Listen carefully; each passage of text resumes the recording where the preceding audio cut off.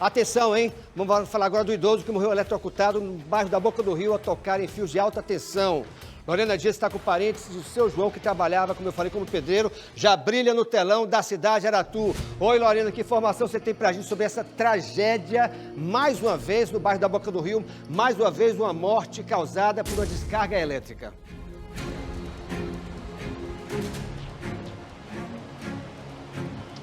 Pois é, Casemiro, uma notícia muito triste, né, para a família. Inclusive, alguns familiares estavam acompanhando na televisão, viram a notícia, né, de que um senhor teria morrido eletrocutado e só depois souberam de que se tratava do seu João, de 78 anos, e que ainda assim, viu, atuava como pedreiro, trabalhador. Ele estava nessa casa na Boca do Rio a trabalho, né, e no momento a informação é que ele teria caído, né, ali, e para tentar se apoiar ele acabou segurando na fiação e acabou sendo eletrocutado. Existe uma nota da Coelba, né, falando dos cuidados que precisam ser tomados com relação à proximidade da fiação, mas os familiares questionam, né, se de fato aquela fiação ela estava colocada de uma forma segura. Daqui a pouco a gente vai ouvir a família, né, eles permanecem aqui no IML aguardando a liberação do corpo do seu João Batista.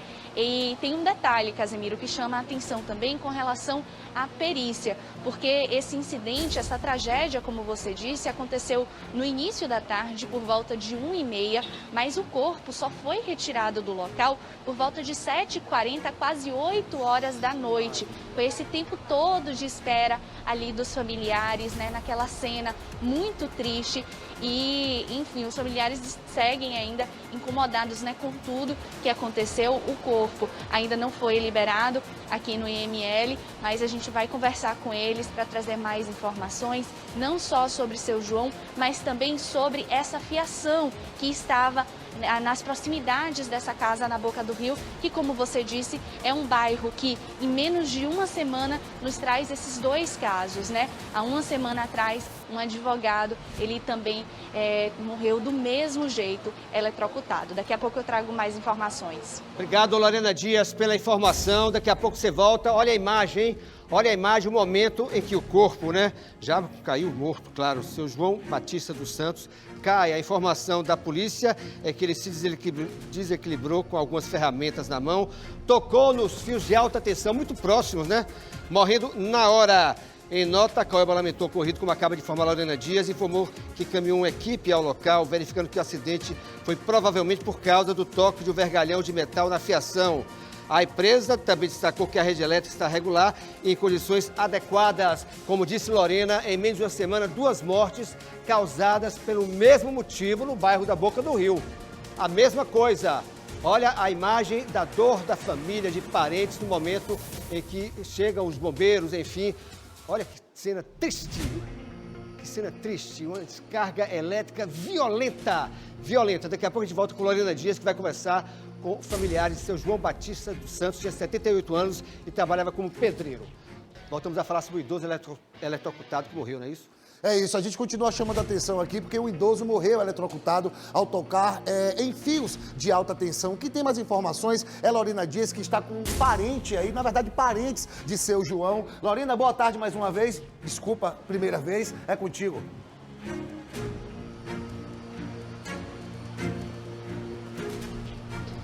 Pois é, Murilo. Boa tarde a você, boa tarde a todos que acompanham a cidade Aratu. Quem está aqui ao meu lado é Leandro, que é enteado de seu João, de 78 anos.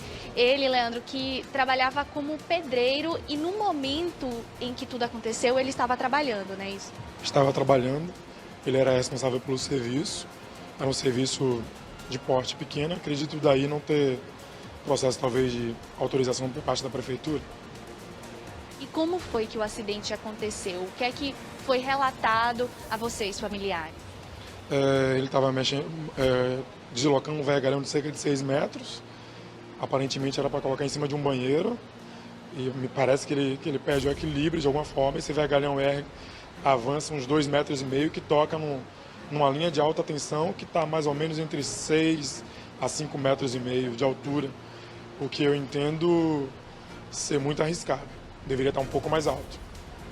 Existe uma nota, né, da Coelba, da Neoenergia, que é responsável pelo serviço de energia elétrica. Eles informaram que equipes da empresa foram até o local e identificaram que essa provável causa do acidente foi esse toque, né, do vergalhão de metal na fiação.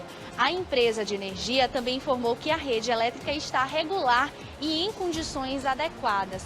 Para você que esteve lá no local e viu as condições, você considerou que ali era já um local de risco ou de fato foi um acidente que infelizmente aconteceu?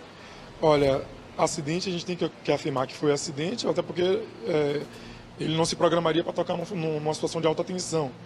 No entanto, a responsabilização tem que ser sempre dos órgãos, das empresas que expõem de alguma forma o cidadão a essa situação. Eu entendo que se nós pensarmos individualmente, será mais um indivíduo falecendo, será mais um CPF ou mais um RG. Mas quando pensamos em pessoas, a gente precisa de cuidar de pessoas. Pessoas é coletivo, foram 2 pessoas em uma semana. Pois é, esse caso que Leandro está lembrando é o do advogado de 45 anos, que morreu também na Boca do Rio, né, no mesmo bairro que seu João, há mais ou menos uma semana, né?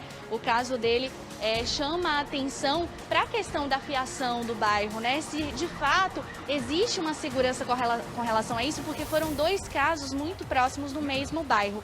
Agora conta pra gente um pouco com relação ao seu João, 78 anos, ainda trabalhando, morador do bairro da Santa Cruz, né? Correto. Seu José Batista dos Santos, era um homem de 78 anos, que eu brincava com ele, eu tenho 42, que eu queria ser um velho como ele. Ele era vibrante, inquieto, talvez a gente como família, a gente estava mais de 5 anos pedindo a ele para ele diminuir o ritmo, quietar um pouquinho, mas ele viveu no trabalho, viveu do trabalho e faleceu trabalhando.